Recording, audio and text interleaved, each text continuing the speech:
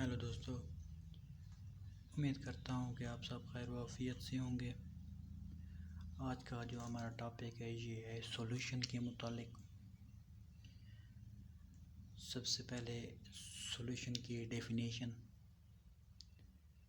इसकी डिफ़ाइन यूँ करेंगे कि होमोजीनियस मिक्सचर ऑफ टू और मोर कंपोनेंट, जिनके होमोजीनियस मिक्सचर दो या दो से ज़्यादा कंपोनेंट्स का अज्जा का। अब होमोजीनियस से क्या मुराद है? होमोजीनियस मिक्सचर से मुराद ऐसा मिक्सचर जिसमें तरकीब जो है वो हर पॉइंट पर सेम सिमिलर रहे। ठीक है, फॉर एग्ज़ाम्पल आपने पानी और शुगर को मिलाया है, आपने गिलास में मिलाया है। गिलास में जितनी हद तक पानी मौजूद है ना, उसमें अगर टॉप पर देखें जितनी शुगर पानी में मौजूद है उतनी ही शुगर बॉटम पर मौजूद होनी चाहिए। तो ऐसे सॉल्यूशन को या मिक्सचर को हम कहते हैं होमोजीनियस मिक्सचर, जिसमें जो मिकदार है ना सॉल्यूट की और सॉल्वेंट की, वो उनकी कंपोजिशन सेम रहे, टॉप पर भी सेम रहे, मिड में भी सेम रहे, बॉटम पर भी सेम रहे। दूसरा ये कि exist in one phase. Solution जो होता है वो हमेशा एक ही फेज़ में एग्जिस्ट करता है। ये नहीं होता सॉल्यूशन में कि पानी एक तरफ मौजूद हो, चीनी एक तरफ मौजूद हो। जब आप सॉल्यूशन बनाते हो तो पानी और चीनी दोनों एक ही फेज़ में एग्जिस्ट करते हैं। ठीक है, नो बाउंड्रीज, जिनके इनके दरमियान कोई बाउंड्रीज नहीं होती, ये मिले हुए होते हैं। सोल्यूट और सॉल्वेंट सॉल्यूशन में मिले हुए होते हैं, इनमें कोई बाउंड्रीज नहीं होती। उसके बाद टिपिकली इसकी तीन किस्में हैं, एक अलाइड, दूसरा सी वाटर, तीसरा एयर। अलाइड को आप कैरेक्टराइज करते हैं as a solid solution, sea water को लिक्विड सॉल्यूशन, एयर को गैसियस सॉल्यूशन। अलाइड जो है ना, ये आप इसको ब्रास की एग्जांपल ले लें। जिंक और कॉपर का मिक्सचर को हम क्या कहते हैं? ब्रास। उसके बाद ये अलाइ आपका सॉलिड मिक्सचर की सॉल्यूशन की एग्जांपल है। उसके बाद सी वाटर आपकी लिक्विड सॉल्यूशन की एग्जांपल है। सी वाटर में बहुत सारी चीज़ें मिक्स हुई होती हैं, इनमें भी होमोजीनियस मिक्सिंग होती है। उसके बाद आपके पास एयर है, ये गैसियस सॉल्यूशन की एग्जांपल है। एयर में क्या मौजूद है? नाइट्रोजन मौजूद है, ऑक्सीजन, कार्बन, इस तरह मुख्तलिफ। ये नाइट्रोजन 78% होती है, ऑक्सीजन 21% होती है, कार्बन 0.004%। तो इस तरह ये भी एयर भी मुख्तलिफ गैसेस का सॉल्यूशन है। तो हमारे पास तीन किस्म के सॉल्यूशंस होते हैं। पहला हो गया सॉलिड सॉल्यूशन, दूसरा हो गया लिक्विड सॉल्यूशन, तीसरा हो गया गैसियस सॉल्यूशन।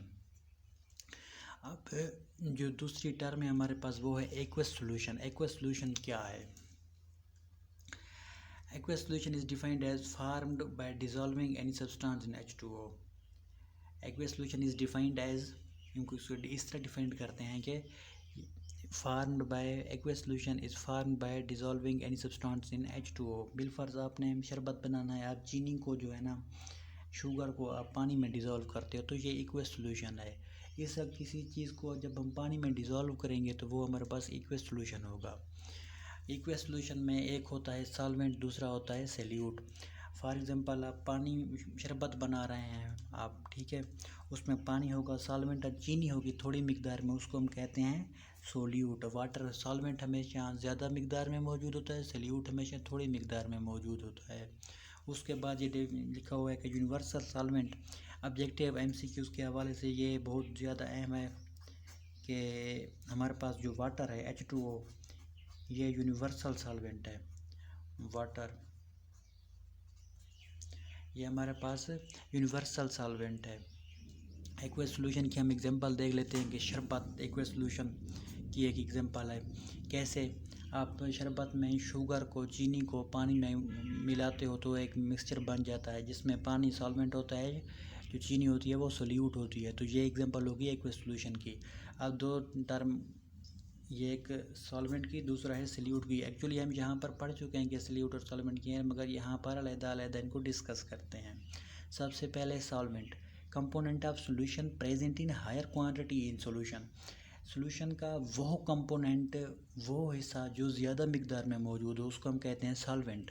फॉर एग्जांपल आप जब शरबत बनाते हो तो वहाँ पे H2O मौजूद होता है और दूसरा चीनी मौजूद होती है, तो H2O इज़ सॉल्वेंट।